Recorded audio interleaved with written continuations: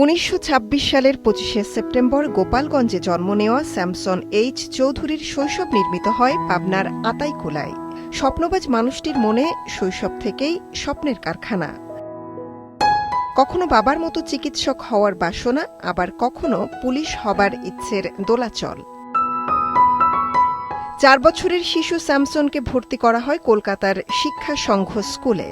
সেখানেই স্বর্ণালী কৈশোর। তবে ১৯৪০ সালে দ্বিতীয় বিশ্বযুদ্ধ শুরু হলে আবার ফিরতে হয় আতাইকুলায়।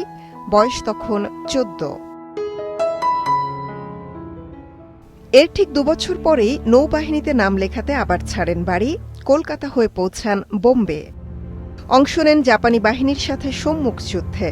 ডাক আসে স্বরাজ কায়েমের, এবার জড়িয়ে পড়েন ব্রিটিশ বিরোধী যুদ্ধে। ভারত ভাগ হলে স্যামসন এইচ চৌধুরী যোগ দেন ডাক বিভাগে।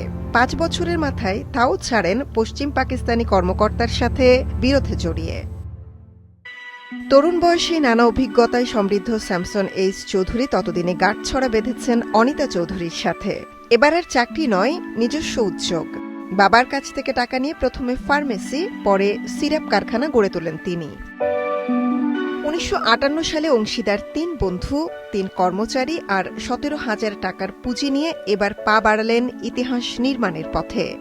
গড়ে তুললেন স্কয়ার ফার্মাসিউটিক্যালস। পরিশ্রম আর দূরদর্শিতায় তরতর করে এগিয়ে নিলেন ব্যবসাকে। পাবনা ছড়িয়ে প্রতিষ্ঠানটি তখন রাজধানী ঢাকায় বিস্তৃত। এর মধ্যে ডাক এলো মুক্তিযুদ্ধের। মাতৃভূমি রক্ষার ডাক উপেক্ষা করেননি স্যামসন এইচ চৌধুরী। ব্যবসা গুটিয়ে যোগ দেন ৯ মাসের রক্তক্ষয়ী সশস্ত্র যুদ্ধে। স্বাধীন দেশে নতুন যুদ্ধ। দেশকে অর্থনৈতিকভাবে স্বাবলম্বী করতে নতুন উদ্যম আর আঙ্গিকে এগিয়ে নেন স্কয়ারকে। দেশের ওষুধ শিল্পে প্রতিষ্ঠানটিকে পরিণত করেন মহিরুহে। একই সঙ্গে যুক্ত হন নানা সামাজিক উন্নয়নমূলক কাজে। ৪ দশকের অক্লান্ত নিষ্ঠা আর ধৈর্যের মধ্য দিয়ে ভোগ্যপণ্য, দেশি পোশাক, প্রসাধনী, তথ্য প্রযুক্তি, কৃষি, গণমাধ্যম ও ব্যাংক সহ প্রায় ২ ডজন প্রতিষ্ঠানের সাম্রাজ্য গড়ে তোলেন তিনি। এখন স্কয়ার পরিবারের সদস্য সংখ্যা প্রায় ৮০,০০০।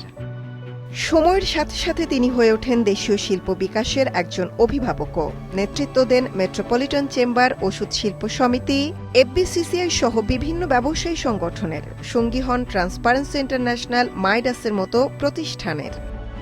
সততা, দক্ষতা ও একনিষ্ঠতার জন্য পুরস্কৃত হন কখনো দেশের সেরা করদাতা, কখনো সেরা উদ্যোক্তা, আর সবচেয়ে সৎ ও স্বচ্ছভাবে ব্যবসা পরিচালনার জন্য।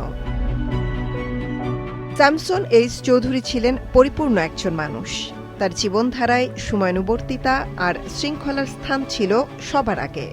জীবদ্দশায় নিজের শেষ জন্মদিন ২০১১ সালের ২৫শে সেপ্টেম্বরে তিনি তার জীবনের মূল্যায়ন করেন এভাবে: পরিচ্ছন্নভাবে, সৎভাবে এগিয়ে যাওয়া।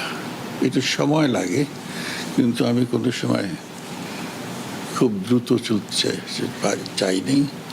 ধীরে ধীরে আমি এগিয়েছি। দেশটাকে আমি উন্নতশীল বলিষ্ঠ দেশ দেখতে চাই। পৃথিবী এগিয়ে যাচ্ছে, আমাদের এগিয়ে যেতে হবে। পৃথিবীর উন্নতির সঙ্গে, দেশের উন্নতির সঙ্গেও যেন আমরা এগিয়ে যাই, এটাই হচ্ছে আমার স্বপ্ন। ৮৬ বছরের জীবনে এত অর্জনের পর ডাক আসে স্রষ্টার। সুযোগ্য উত্তরাধিকারদের হাতে সততা, সমৃদ্ধি আর সম্ভাবনার প্রতীক স্কয়ারকে ছেড়ে ২০১২ সালের ৫ই জানুয়ারি চিরবিদায় নেন স্যামসন এইচ চৌধুরী।